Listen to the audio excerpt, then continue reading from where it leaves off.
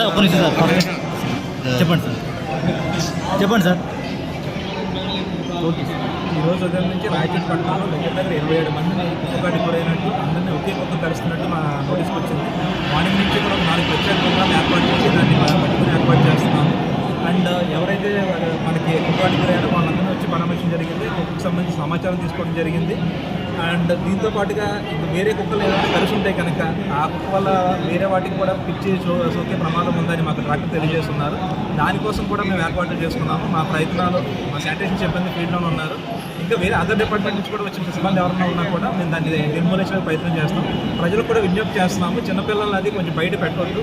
పిచ్చి కుక్కలను మేము టెర్మినేట్ చేసుకునే వరకు మా పట్టణం నుంచి పంపించే వరకు కూడా కొంచెం పిల్లలు జాగ్రత్తగా చూసుకోండి. చిన్నపిల్లలు కలుస్తుంది, పిల్లలు కూడా కొంచెం రోడ్డు మీద రాకుండా చూసుకోవాలని ప్రజలు విజ్ఞప్తి చేసుకుంటూ ఈ రోజు మనం మ్యాక్సిమం దాన్ని నిర్మూలించడానికి ప్రయత్నం చేస్తాం. సార్, ఇప్పుడు చాలా కాలం నుండి ఉన్నా కూడా చెప్తాను కూడా మున్సిపల్ ఆఫీసర్ని పట్టించుకోవడం లేదు. పట్టించుకోవడంతో ఈరోజు ఇంతమందిని కుక్కకాటు గురయ్యారు. కోరుకుంటున్నారు అంటే అసలు కుక్కలు ఉండకూడదు అనేది కోరుకుంటున్నారు. మాకు ఫోన్ చేస్తున్న అందరూ మా దగ్గర నుంచి కుక్కలు ఉండకూడదని కోరుకుంటున్నారు. సుప్రీంకోర్టు గైడ్లైన్స్ ప్రకారం మేము కుక్కలు తొలగించడానికి లేదు సార్.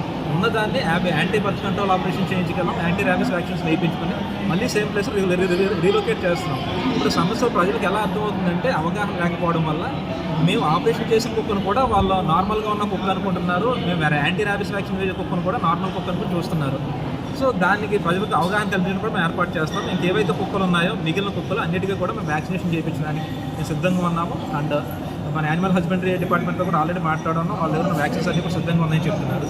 అని మేము సార్ 4 రోజులు వరుసగా హాలిడేస్ ఉన్నాయి సార్. దీని మీరు మన చర్యలు తీసుకోవాలి. మేము అందరూ ఉన్నాం కదండి. ఇప్పుడు ఈరోజు హాలిడేనే, నేను ఆఫీస్లోనే ఉన్నాను, మేము అందరం ఇక్కడ ఉన్నాం, నా స్టాఫ్ అంతా ఇక్కడ ఉన్నారు. సో హాలిడేస్కి మాకు మా ప్రజా సమస్యలకు సంబంధించిన ఇష్యూ హాలిడేస్కి దీనికి సంబంధం లేదు. మా పని మేము చేసుకుంటాం. ఓకే.